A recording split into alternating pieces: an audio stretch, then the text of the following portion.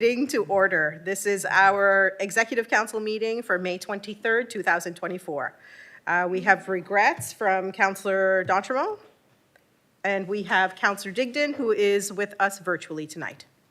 Number 2 on the agenda, we have, as always, the invitation to stand and move. If anybody feels the need to get up and move around, feel free to do so. Number 3, we have the approval of the agenda. Are there any additions to the agenda tonight? CAO Muse. Just one for 7 under discussion, probably 7G possibly. It's an update on the fire service review. I'm going to give you just a verbal update where we are. I'm not in the position where I can present any raw data, but I think you should know where we are. Okay. Anyone else? Okay. Seeing nothing else, we will approve the agenda as it has been amended. Are there any conflict of interest declarations to be made for any of the items?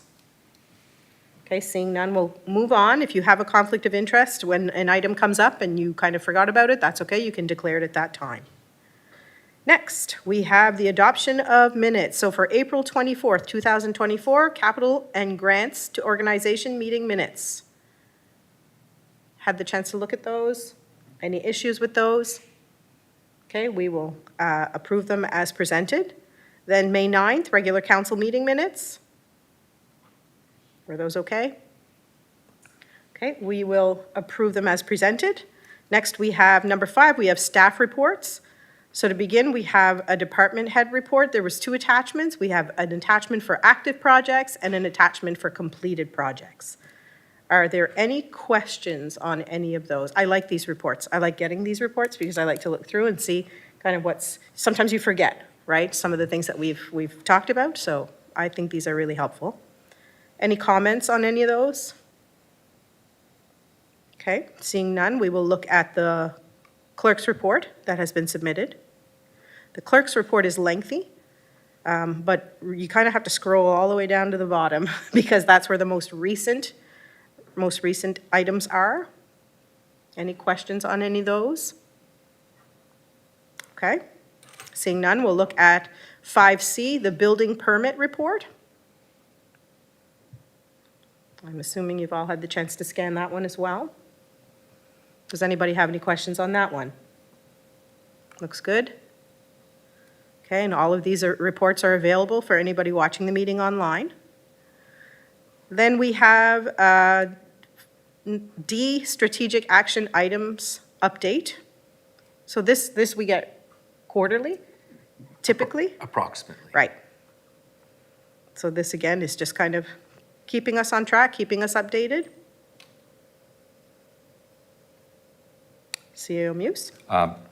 This document, since you don't see it very often, the green is completed. And you'll see that that in some cases the red are items that we either chose not to do or could not do. So if you have any questions around why some of those had to change, I think they're pretty obvious. Like, for instance, council made a decision not to participate in the Tri-County Regional Planning Initiative. That was a strategic item. At the time the strategy was completed, you made a different decision, it's off. So we're not, obviously that's an example of where we're not going to continue to do that. This should line up with your capital plan, your long-term plan. It all lines up. I'm not showing you all at once here, just showing you some of the strategic items. There's a very good chance that some of these strategic items were aggressively dated. So they might, we might have thought that they could be done earlier than they are. We're trying to stay accountable to the dates, but we're also trying to be realistic about the work that comes in for the staff to complete. So that's probably all that's all I'd say about that. Okay. Are there any questions or comments for our CAO? All right, seeing none, we will continue on with our items for 7-day notice. So under number 6, 6A, Article C17, involuntary destruction of property. So this one is regarding granting temporary tax relief to owners of property that has been destroyed or partially destroyed after the assessment roll has been filed and after the appeal period has passed. So during, if there's a fire, I read firestorm, that type of thing. There's some things that were canceled out, a few language changes. Any questions on that? It is the 7-day notice. Okay. We will move on to the next one. The next one is Article C18, Growing Community Scholarship. As far as I could see for this one, it was just some changes in dates and contact information, phone numbers, and then the address. Other than that, everything else stayed the same. Any questions on that one? Okay. And 6C, Article 36, Audit Committee. We have an attachment. There are some, what did I note for this one? Oh, there's just a tiny change on that one.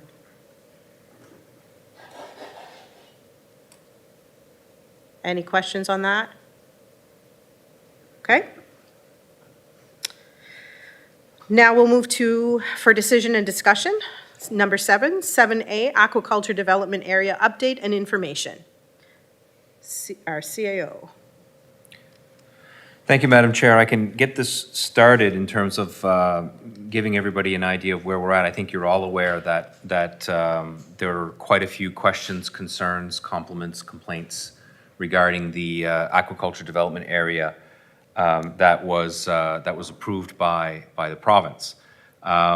So I think that out in the community there is obviously the community, many of the community members are now paying a lot more attention to this project than prior to the announcement. After the announcement was another opportunity for information to be shared by either the province or us. I think residents certainly, we did do public engagement processes, but it's obviously an acknowledgement that some people may not have been a part of that process because you can't talk to everyone, right? So I guess there's a couple of things that I think are important to get on the record for you and just to let you know what staff is doing to support both the residents and council on this issue moving forward, because I think both do require a level of response, right? So first of all, the aquaculture development area, the ADA, it was a collaborative initiative, and you're all aware of this. It was led by the province, and the municipality requested almost 10 years ago that the province look into a different way to do aquaculture development in Argyle. It was recognizing that the application process for businesses was very, very long and did not actually have a lot of public input during that old process. So the old process, just to give you an illustration, if I was a business developer and I looked at an area that I thought was suitable for a lease, I would make an application to the province of Nova Scotia under the old model. That hasn't changed. The application's still with them. But we'd have, in the old model, the municipality would have had no input on that in any way, shape, or form. And so the application would go through. Eventually, the public would have a public engagement process, but it was only after the lease was actually approved. So I think when the map went out to the community, I think a lot of community members did not understand that those are not pre-approved sites. They are not pre-approved sites. They are pre-vetted. They are looked at. Assessed. They're pre-assessed sites. So what it basically means is the province has identified quite a few locations where oyster development appears to be suitable based on criteria that it's their criteria, right? Navigation, is there a history of oyster in that area, scientific, environmental, fishing conflicts, all sorts of different examples where these things in the old method would have been done between the province and the applicant. In this example, those sites are pre-assessed and they're on the map. So the public can see all of these pre-assessed locations. And I think that a lot of residents had the understanding that meant it's a done deal, that these were going through. The ADA, the concept of an ADA has been approved by the province, that is true. but those locations that have not gone out for license, they are not approved by any means. And so that's a great opportunity, because we can go to communities that have raised concerns and say, look, you know, let's look at this map. Let's talk about this more honestly. We have time. We have a lot of time. So that's good news that I think I want to share with you.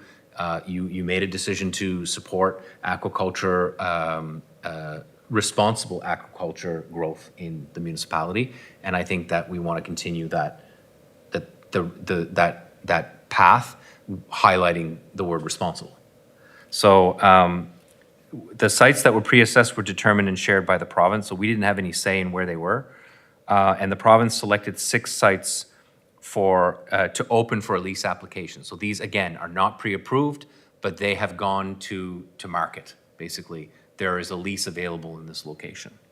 There are 6 locations. 3 locations have no residential homes anywhere near 500 meters of them. Very, how do I say, isolated. So because we have so many islands, we have those opportunities in certain areas. Unfortunately, oyster growth does require some close proximity to land, which in some cases may provide a conflict with a landowner compared to the province who owns the water. So there's 3 sites that have residential addresses within a certain area.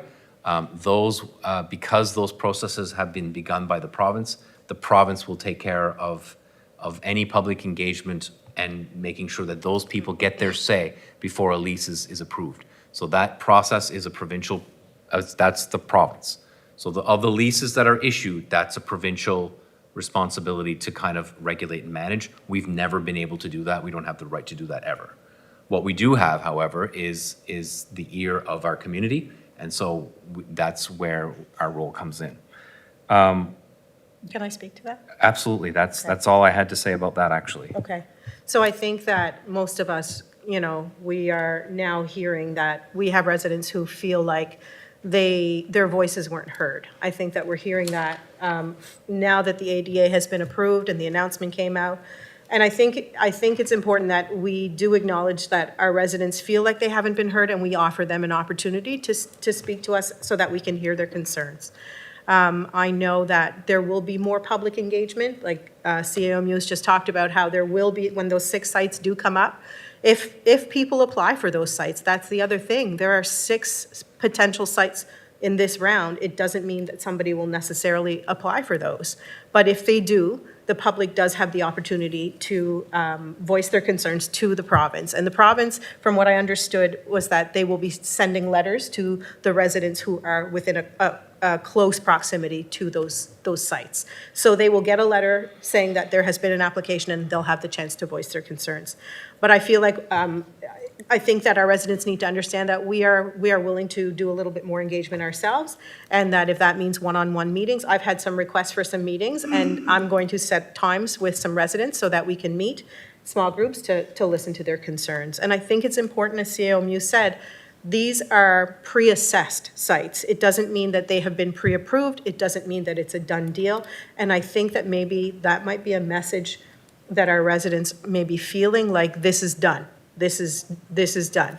It has gone through legislation, so it is out of our jurisdiction in the sense that this is a provincial, in collaboration with us, this came from the province. We helped with some testing, and we helped with what we felt was a lot of public engagement. But we heard that some people's voices weren't heard. So I think we owe it to still, you know, listen to the concerns of our residents.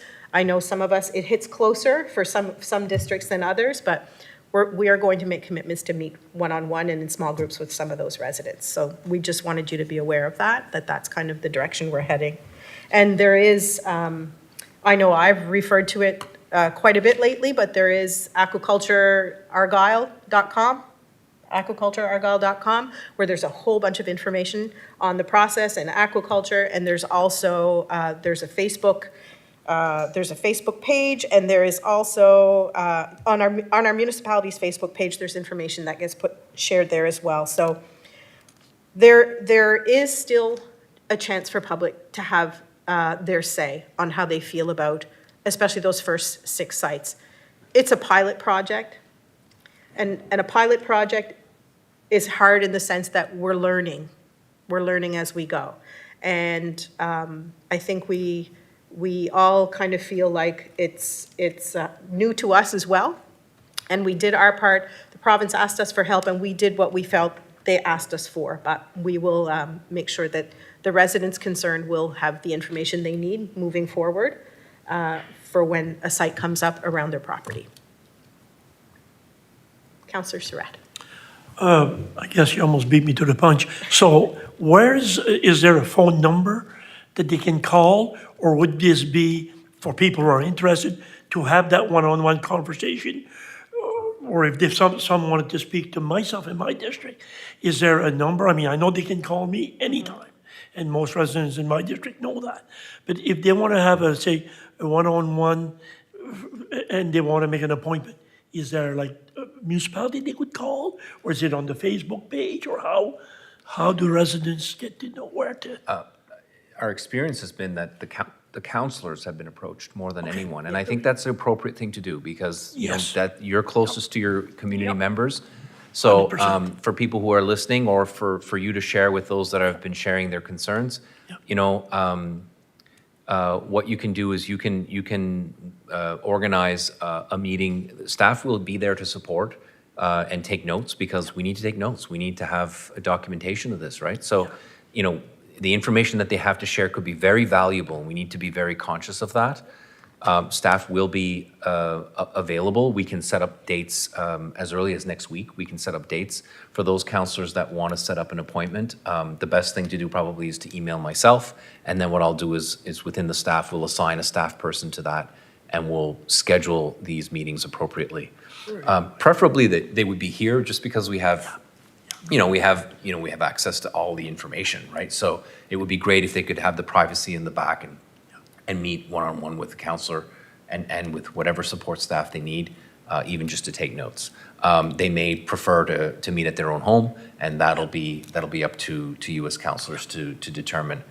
From a resource perspective, I think it's better here, because if they ask questions, I'm not going to be able to access, neither one of us or any of us may be able to access that information from their home. So having the resources here is very advantageous, and the municipality is willing to do that, no problem. Thank you. Gordon Muse. I just want to say, I think there's perception out there that the municipality is still in charge of this. We are not. It's out of our hands at this point. We have to make sure that, because something like, what can the municipality do? We can, once we get the concerns, I think we can forward those to the province, to Department of Fisheries, or am I correct in saying that? But we can't control what's going on from now on. This is in the government's hands right now. We've done our part, and that was it. That was the only part that we had, was to test the waters and do the assessment of the sites that were given to us by the government. Anyway, just so that they realize that we're not in charge anymore. We're not in control. If I Yes, may, sure. we're not responsible for the decision. And yet we have two types. Yet we have two types of lease groupings that we're looking at today. Group 1 has 6 applications that are opened. Those are entirely the province to manage and maintain, and like that's a process that they control. We can help people through listening and making sure that their voice is heard, make sure that they get their voice in the right place when that comes out. That's for the 6 that are out there. Remember, 3 of which are closer to residences, 3 are not. And so the other piece, though, is the remaining 40-something, 47, I think if I do the math right, that it's the remaining 47 on the ADA map. Okay, so those are pre-selected, no lease application. Those, to me, is where we can be more influential to the province, because there is no process for that right now. The process has not opened There's nothing, there's no application program opened. So what we could do about those sites is to say, okay, what community members didn't feel like they had a say on those sites that we can go out and talk to them? Because there's no official process now. What this gives us is plenty of time to vet these locations appropriately. This never happened before. This was never something that ever happened before. So ironically, it may feel to some that it was a surprise, but this is the most unsurprising process that we've had in Nova Scotia. And it's hard to convince because people don't feel that way, and I can understand why. I can understand why people would feel that way. So the opportunity for us to, again, not decide on these locations, because again, that's a decision that the province will do, but is there information, for instance, from a resident that says, you put that in a navigation route and you missed something? Boy, if we miss something, somebody should know about it. And especially if it relates to the things that we absolutely, the province absolutely cannot support. So the province cannot put these things in a navigational route. It cannot do certain things. And so if that's the case and we missed it, then, you know, the resident was the person who cleared it up. So in those examples, we got a lot of opportunity. Now, what does that mean for how the province reacts to that? I can't say. It might mean they're like, well, we can't put those out to lease until we can figure all this out, so we're just not gonna touch those. It might be, you know what, that block has to be deleted. That's gonna take cabinet approval to do. It's gonna take the minister, like that has to go back to the legislature if they're gonna change that. So they're not gonna look at that necessarily quickly or easily. And if we do that, it will have to be comprehensive. So if there were 7 of them, I'm not saying that this is what's gonna happen, I'm theorizing. If there were some that should be removed based on those factors, then they should all happen at once. They shouldn't go to like for 7 decisions, right? So we do have an opportunity to do that. I think that part of the engagement process is ongoing. And, you know, a lot of negative attention happened on this project, but a lot of attention happened on this project, and people are aware of it now. So hopefully we can clear up some misconceptions and maybe talk about things around like how, you know, in certain areas you may have a picture of what it is, but maybe that's not what it is, and start having those conversations. Anyway, that was long-winded.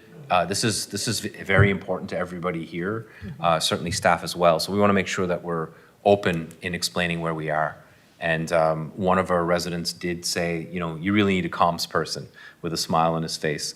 We don't really have a comms person, but we took his advice, and we want to make sure that the communication that we do have is being put out even more than we thought that we did before. Like, we obviously want to keep doing that in a better way. Councillor Donaldson. Yes, you'll correct me if I'm wrong, but I'm going to go back to the history of this. Before we became involved at all, it was a very lengthy process for a business person to get approval based on what are the water conditions, the algae, and everything was in line to be able to put an oyster farm in a certain place. So all's we done, if I remember correctly, was got involved to have the waters tested based on getting grants through Acadia University that helped shorten the time frame, right? So the areas were approved that would support oyster farming. So that was a big step for the business that they didn't have to go through. They just applied for the lease to the province, and the province decided whether it would go there or not. And that was our role, right? That's correct. And so back in the day, if we would have decided as a municipality, no, we don't want nothing to do with oyster farming, we don't want it in our waters, what would the province have told us? They'd have said, it's none of your business, this is our concern, we're gonna work with businesses that would like to start oyster farms, and we'll go forward without you guys. Is that basically how it would have run, even if we didn't want them? Yes, it would have run like that. I think the province would say that because we were involved, it gave them an understanding that there was a social acceptance of this type of development. But if we didn't do the ADA, nothing would stop a business from putting in an application in our waters. Nothing would have So stopped we've them. never had the power to stop it or to support, like to issue them? No, We've just never. been helping, we help Test waters is all we done. Yeah, we helped test waters, and we had one-on-one conversations with a lot of different people, especially some fishermen that fish in that area. Not all fishermen, the fishermen that look to fish in those areas.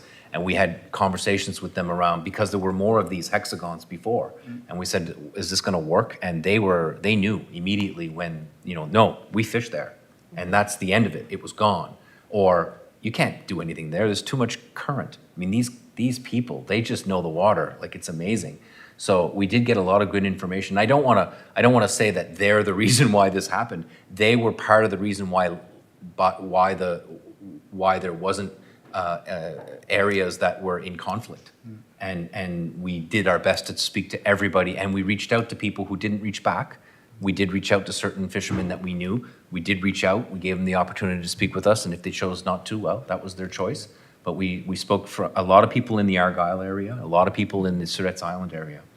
See, there's bitterness from years ago when they allowed 2 fin farms, or same farm, but 2 fin farm sites in prime lobster grounds, happened years ago. And so there's still that in the community too that they worry about. And so I understand where some of it's coming from. So do I. I mean, there's a lot of assumptions and unknowns and fear, and some of it might be very legitimate. They feel like they're having something taken away from them, and you can't deny that feeling. That feeling is a real feeling.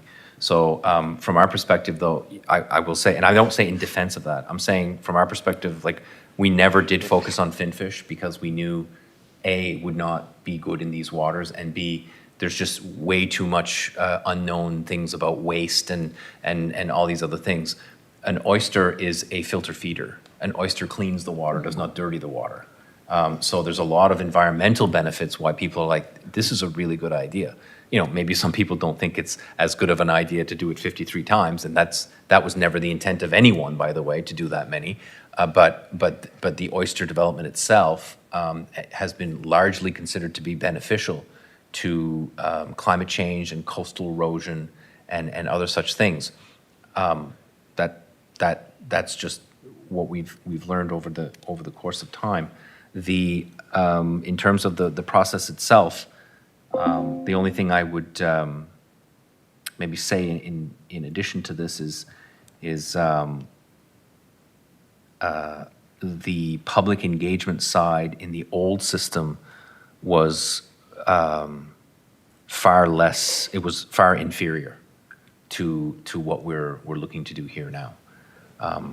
And at the end of the day, you're right. If we had no involvement, the province could choose where these would go, and the public would only know at the end. In this way, they'll know far in advance, at least, of certain areas, so that we can have those conversations not under pressure. So I think that's a tremendous improvement for this community, and I think a lot of people support the fact that our youth have to work, live, and play here, and we have to find a way to diversify the economy, because we know the risks of fishing. These things, the last thing I'd say about it, they're leases. So a lot of people are used to licenses. These are leases. This is like leasing land, crown land, except it's water. So it's a lease of a location. Kayak fishing, lobster fishing, other fishing, they're licenses to fish. So you're licensed to fish anywhere within a particular area, District 34, whatever the case may be. A lease is very specific to an area. So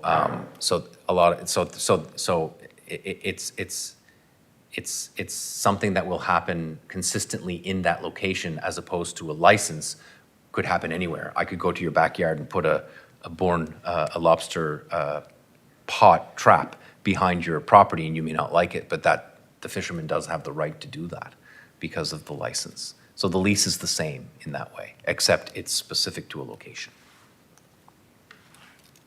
Councillor Saulnier. Thank you. Excuse me. You've touched or answered some of my questions, especially with the finfish. I think some people were apprehensive and scared that this could open the door to finfish. And I think we gotta make it clear that it does not. Also, some people were apprehensive because they thought even shellfish can create some disease and stuff. And from what I've been told, that's also a no. we all agree, I think that we could have done a better job in communications. I think that some people, no matter how much they're connected, some are going to be disconnected, not going to know. It just does happen. We have to respect that. So one of the questions I had that was never touched on, and it was just, as people were talking, there must be conditions in these leases for violations. In other words, if someone violates, there should be protection for the people on shore against these violations. That's an excellent question. So part of the lease application is a very rigorous process. Part of the reason why it takes almost 7 years to do is because the developer has to do what's called a lease management plan. So they have to establish a plan of action that deals with certain things that are associated with every development like this. So for instance, if I'm a business owner and I want to expand or create an oyster farm, then I have to tell the province in a very specific way, how am I going to deal with my waste? How am I going to deal with navigation if people come around? Am I going to allow navigation? Am I going to block anything? What am I going to do in the off-season? What am I going to do in the on-season? When are the hours of operation? You can't be doing this at 4 a.m, right? You just can't. So there's all sorts of those types of rules, very, very rigorous rules. I can't explain every single one of them, but it contrasts with lobster fishing. Lobster fishing does not have those types of rules. So, I mean, I'm going to say this respectfully because this is a fishing area. Like, there's a lot of, we receive a lot of, waste or garbage that comes from fishing that people unfortunately dump or accidentally or on purpose dump gear or something like that, and it ends up on our coastline. So in a lease environment, that just wouldn't happen. They have a bond that they have to pay, and if they don't clean up that stuff, the province says, thank you very much, goodbye lease. We're going to clean it with the money you gave us. Have a nice day. You are not a responsible farmer. So there's a lot of those types of rules. And I think that is important because the proximity of these things to certain areas where people are either seeing them or living near them. It's important that those rules be higher. There's one last, you talk forever about this, right? But it takes between 5 and 7 years to get an application out of the old system. It's going to take less time if they do an ADA application, but it's still going to take 2 years. It's not going to take 2 months. It's going to take time. It's because just because you've pre-assessed a location doesn't mean they've done all the work. So there's pre-assessed, okay, this could be a place. What are you going to do about it? And that has to be assessed. And it's done today rather slowly. So it's not something that is just going to instantly happen, right? I just want to make sure that you're aware of that as well. Just to add to that, a remedy for violating these conditions would be easily solved because this is not a movable fishery, it's just stationary. The rules would apply to that lease area. So the lease area, what you'll see on the map, is rather large in a lot of cases. The actual lease is never that big. It's never that big. It's a fraction of that. So when you see the big block, you're like, oh my goodness, that's a big development. But in the end, it's just saying this is the approximate area. When the lease applicant makes the application, he or she delineates where that lease is going to be, and it's never that big. And the lease plan relates to the entirety of that polygon. Okay, so the plan, that person is even if they don't have that full, they're going to be asked to report on the entirety of that distance, even if they're only using a fraction of it. I don't know what the penalties are. I don't have that information, but I do know that they have to abide by a plan. Thank you. Councillor Surratt? I just wanted to add something that I wasn't maybe aware of on this. It's a colleague of ours that I spoke to yesterday. So kind of said I've been to, somebody mentioned about in PEI, there's a big oyster fishery. And this colleague of mine said, been to PEI? I said, yes, I have. Do you see all the oyster farms? I said, what oyster farms? I said, I've seen maybe 1, 2. I've been all over the island, probably 15 times in my life so far. but there's a $45 million industry going on up there. And you never, the colleague that told me, I tell you what, it opened my eyes. I said, wow. And you know, I think people are a lot scared of what's going on. But look at PI, how many people go to tourism that goes there every year, this colleague said. And it hasn't bothered them. So guess what? It's just something, I think it's so new, and people to get the idea that it's not gonna hurt anyone and not gonna hurt our tourism for sure. Thank you. Thank you. Any other questions or comments on any of this? Okay, again, I think that's a good place to end, making sure that people have the information that they need about this and making sure that there is access, and I mentioned already our municipal webpage, but there's also aquacultureargyle.com. You can go to that website as well, and there's information there for people who are unsure, because I feel like sometimes I read things out there and I'm not sure how factual they are. So I think it's important that people understand what is, what the facts are versus some opinions. Okay. All right. Thank you for that discussion. That was important. 7B. So we have Article P5, hiring and probation of staff. So there are quite a few lot of red in this one.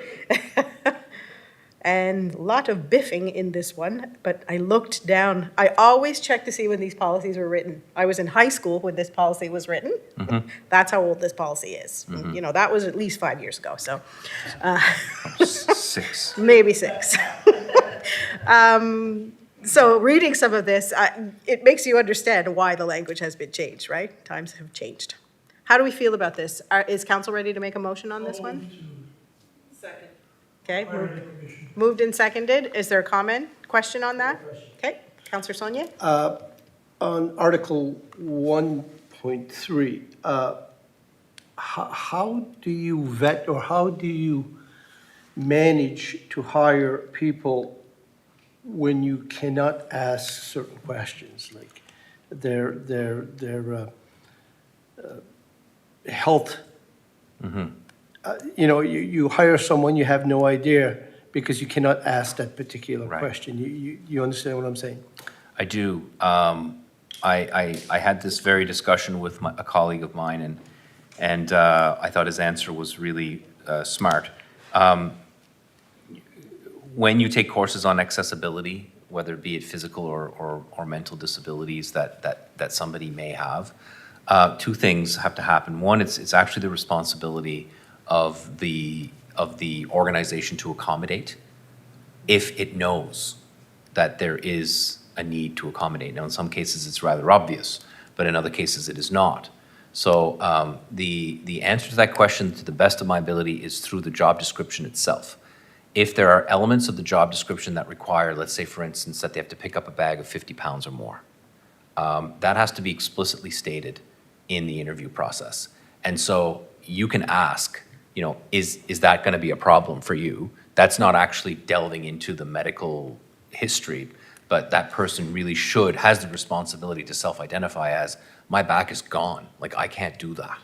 So it's like, okay, well, we don't want to discriminate, but at the same time, you can't hire somebody if you need somebody to pick up 50 pounds if they can't pick up 50 pounds. No offense to anybody who can't pick up 50 pounds. Right. I probably can 48. So those things, I think you can do that. The questions have to be related to the requirements of the position, not the requirements of the person, specific to health or creed or race or religion or any of those things. It can be delicate. So now all else fails, the probationary time might give light to that? Yes, I mean, anybody in a 6-month probation that did not disclose, let's say we said that and they're like, oh yeah, no problem. And then we hire the person and they're like, yeah, I can't do that.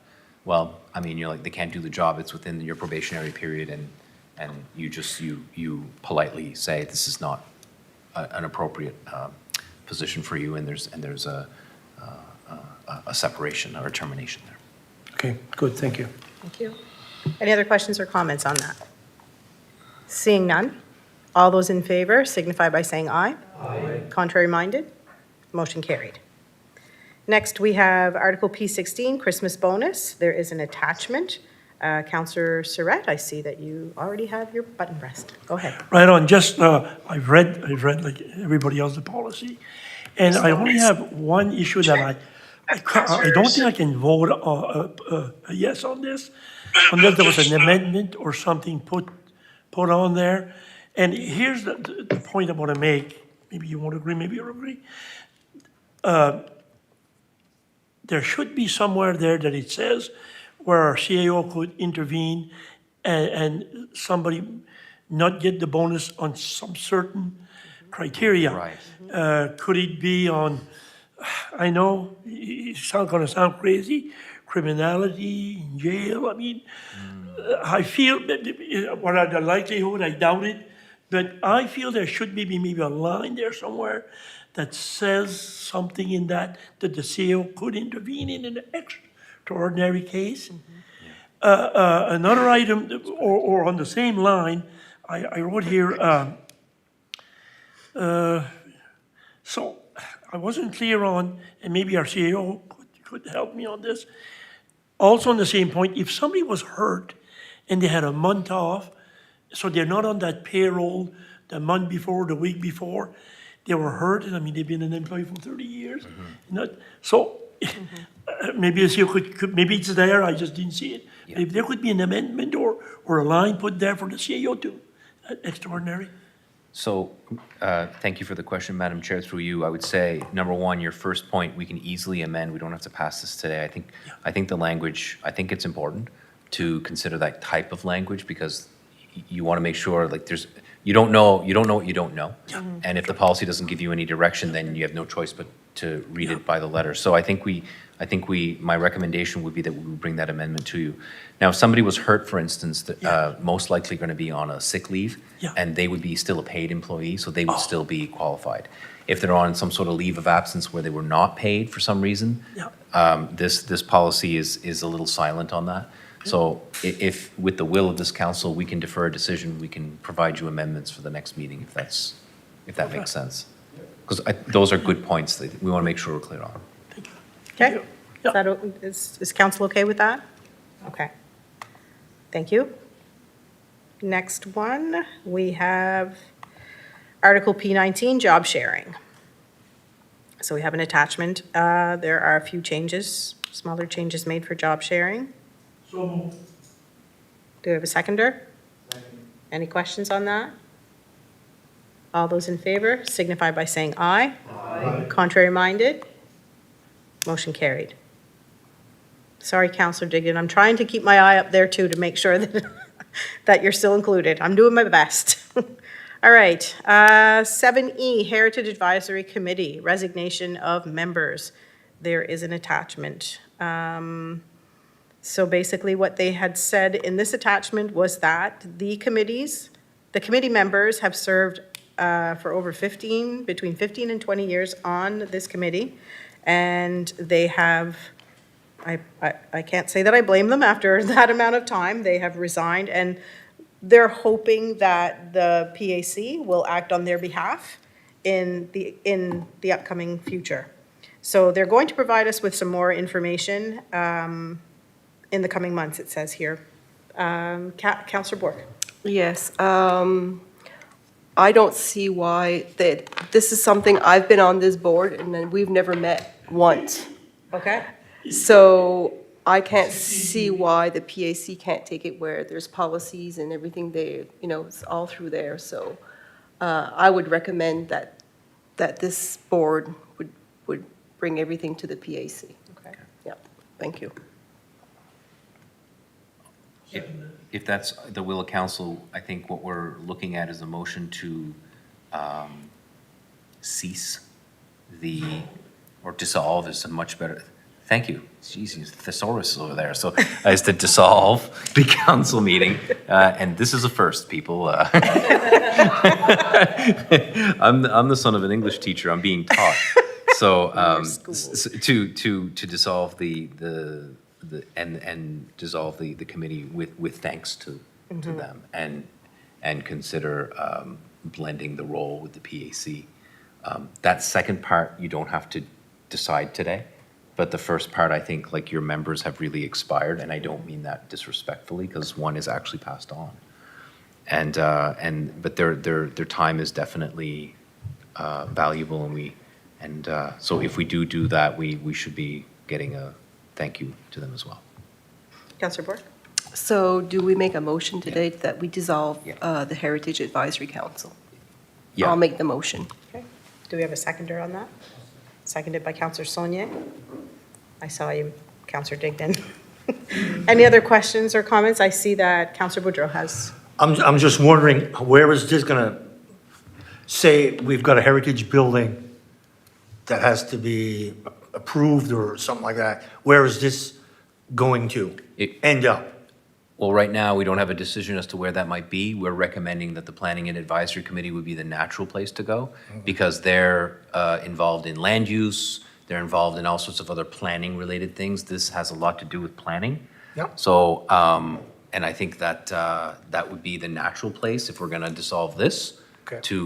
We're not dissolving the job, we're dissolving the committee. Yeah. And we're blending the job with the PAC committee. Okay, I just wanted to be clear, because I know I'm gonna get questions about it. Of so, course. yeah. And so if the council wishes to assign this to the PAC after it satisfies itself that it's dissolved the Heritage Advisory Committee, it can do so via motion today. It can do that, to recommend that to the PAC for consideration. It can choose not to do that and ask, right? And ask the members of the PAC, look, is this something that you feel that you can do? That's up to you entirely as council. Okay. Councillor Saulnier? I'm on the PAC, and I'm fine with that, but there's PAC members that are not here, correct? Correct. So they should be probably asked, I agree. even if the job is easy or Right. not. Yeah, Right, that's a good point. thank you.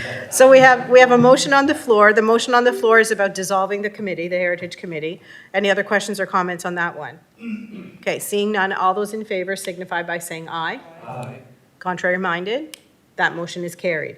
So we will, for the next part, we're going to, how do we go about asking? Do we need a motion for that, or do we just, how does that happen, I guess is my question. If you want to ask, you can do that. You don't need a motion for that. Okay. You can do that through discussion consensus. We can write a letter to the PAC members, letting them know that this is being considered. Okay. And, give them a certain period of time to comment on that and see if they're interested. We will be having some new members on the PAC. Maybe this fresh kind of look will be something they want. How does council feel about that? Councillor Surratt? Yeah, it sounds good to me. A question to our CAO would be, so when it comes, will we need a motion from council to say, because we're setting that up, once, if they've accepted, Yes. it would be official? We're asking in advance out of respect for their Yep. time and commitment. And then if they're agreeable, then this council will require a motion. Thank you. And the PAC may decide to recommend to you that very thing. They may not, they may or may not. So if they, obviously, that's easy, you just accept the recommendation. Okay, so we are good with that. All right, 7G, that was you. Fire service review. Yeah, so I have about 85,000 pages. There's 9 reviews of, and there's all sorts of information and data that Seahawk has done. So we have been provided the draft copy of all 9. I have flipped, probably 5 or 6 days after I received them, I flipped them to each of the fire departments, fire chiefs, and their designate to review. So they're going to have a chance to go through and provide comments. I've given them a deadline, an approximate deadline to provide comments. Overall, I'll say I don't want to get into the details of any individual fire department because I respect their privacy and I respect what they do. There are a number of recommendations that are, so at the end of it, once we get the draft finalized and comments made and changes, if any, the municipality will receive one report that is a combination of all 9 fire departments. So the recommendations that come for these fire departments will be all in one place, so you're not gonna have to chase 9 places. There's obviously a big conversation that needs to be had between this council and your fire departments, because we have to figure out, what do we do? What do we do with this, right? So we have a committee that's responsible to improving fire service. I will say this, that a lot of documentation is required, not desired, required. So, and we're going to, and so we now have that information. We have specifically what we need. So there are certain recommendations that we know are going to come out that the municipality is just going to have to take on. Whether it's occupational health and safety documentation, this is not going to be done 9 times. It's going to be done once for all 9 departments. We have resources. So this is kind of like, this is why we put money aside for this, because we knew that there was going to be a point where we would have to invest time and energy to support them. So I just want to give you that update. More information to come. It's likely that they'll get their comments by early June, and then you might see information come out. I'm waiting for the fire departments to kind of comment before sharing any sort of details. Obviously everybody wants to see the score. If they're taking a test, they want to see the score. Well, none of our scores are going to be that high because there's certain basic things that need to be done. Once they're done, all of the scores of all departments will come up rather considerably. So the good news is the study found things that and that's a good thing, because we need to be better. So that's my update for now, and more to come when we have more. Councillor Sonia? Thank you. So the fire departments have this report, or do they not? Correct. They do? The chiefs do. Yep. Okay. So you mentioned that you have the resources to handle what's about to come or what could come. Do you have the manpower? In some cases, yes. In some cases, no. I will be shocked if the recommendation isn't a full-time fire coordination. Be shocked if there wasn't the need raised of that service. But what does that service look like? That's a question that our fire departments really need to be engaged on. But I think it's a no-doubter that there are resources that we have that we can go after things. So for instance, we have a consultant that does occupational health, and we can hire that consultant, and that consultant can work for the 9. So do we have the resources, manpower? Not in that case, but we do have access to money that can pay for it. There's other things that we don't have the money for or manpower yet, and that's the part that we have to determine a long-term strategy. I think what Jamie Coots said at the beginning is that these recommendations, they're not for a year. They're for 10. This is a long-term thing. So we want to take the things that are quick, policies, all these things that might be missing. Those are easy ones because we have, I don't know how many fire departments across this province that we could access that information from. So it's just a question of knowing what you need. And we needed that company to help all of us figure out what we needed in order to be better. Thank you. Councillor Surratt? I will also add that the fire departments themselves want to know this. They're really, from what I'm hearing, like it's a big thing to know, okay, where do we stand? How are we?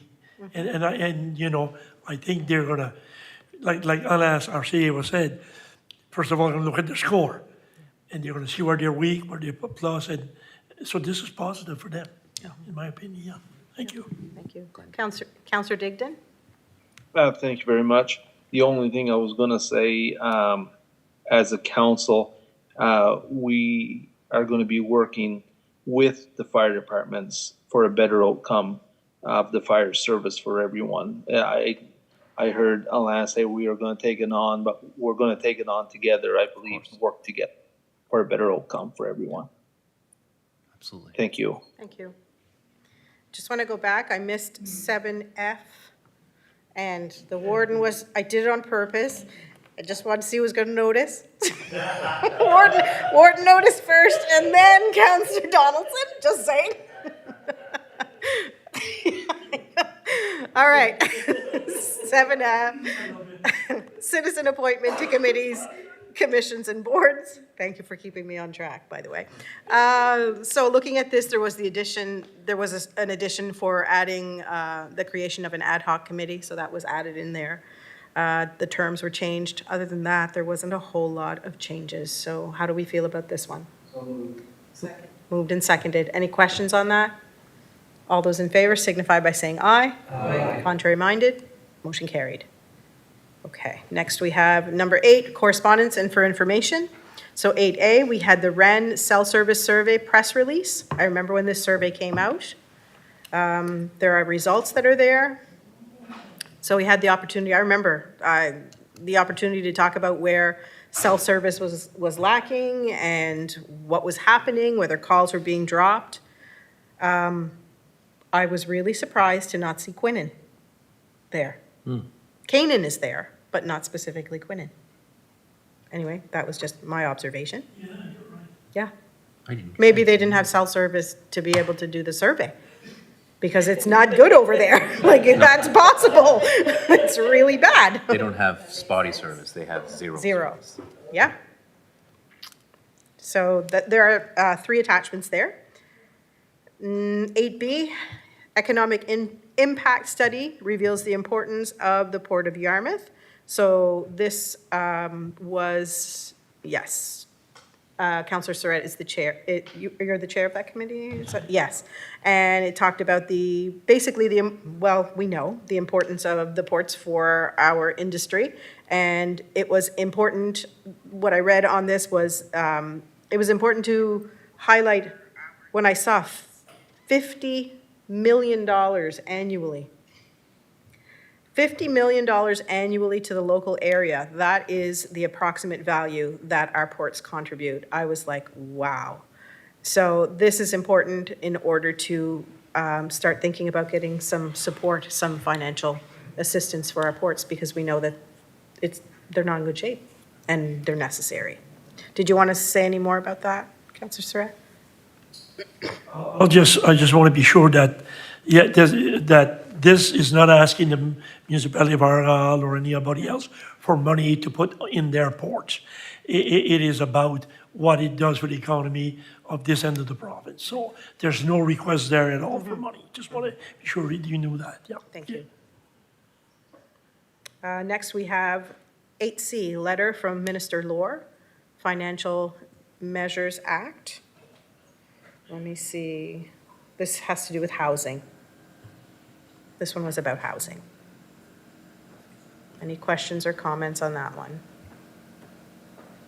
Okay, then we had D, a letter to Minister Masland regarding the Pubnico Head intersection. So we had sent a letter, we had a response, and then we're sending another letter. Councillor Boudreau? I just wanted to mention to Kathy that I did talk to the people at the Police Advisory Committee, and he said he'd make sure that there be surveillance there. Yeah, no. Good, thank you. E, letter to AMFFA. So I was like, there are so many acronyms, and we put these things on. So Argyle Municipality Firefighters Association. So there is a letter to them, request to form a council committee. So I remember we had a meeting here with the fire chiefs, and they wanted to have a committee formed with the fire chiefs and council, and then it was recommended that we just kind of wait until we get the recommendations from the fire review. So that is what the letter is stating. Next, we have letter of support to the village.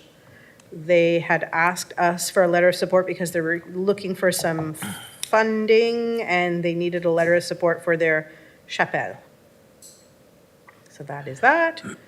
We have our G, letter of correspondence from Minister Masland for Duck Lake Bridge. So that one was in my district, and again,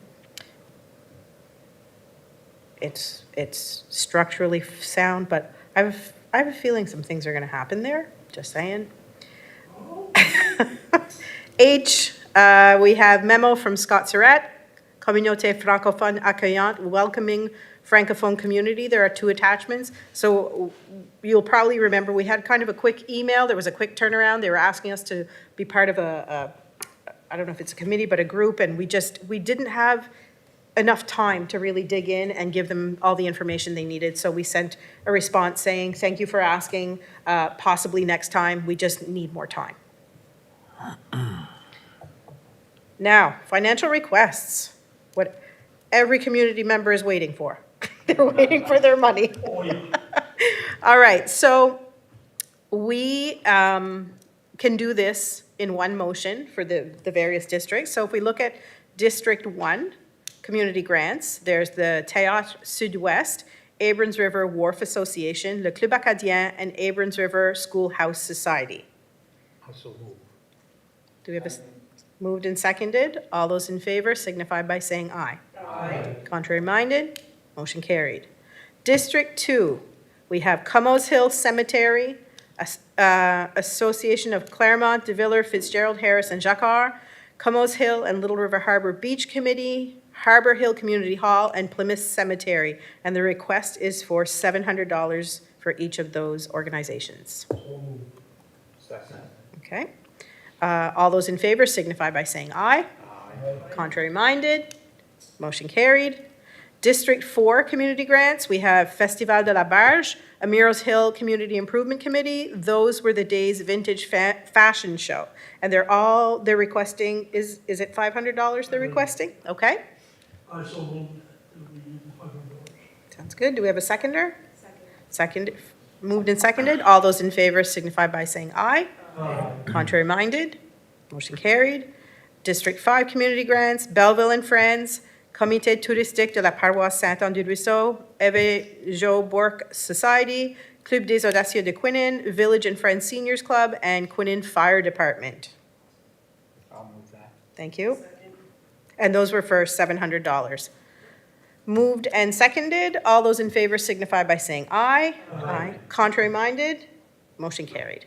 District 6, Argyle Baptist Historical Church Building, New Horizons Seaside Park Association, Green Grove Cemetery Association, Glenwood Hall, Argyle Mount Pleasant Cemetery, and Lower Argyle Harbor Cemetery for $700 each. Okay, all those in favor signify by saying aye. Aye. Contrary minded, motion carried. And in District 7, Laurel Hill Cemetery, East Pubnico Fire Department Ladies Auxiliary, Pubnico Light Monument Society for $700 each. Moved and seconded. All those in favor signify by saying aye. Aye. Contrary minded, motion carried. Are there any, number 10, any agenda topics for the next meeting or notice of motion by councillors? Okay, seeing none. Anything in question period? No? Okay. So number 12, we have a couple of items for in camera. So can we have a motion to go in camera? Thank you. Seconder.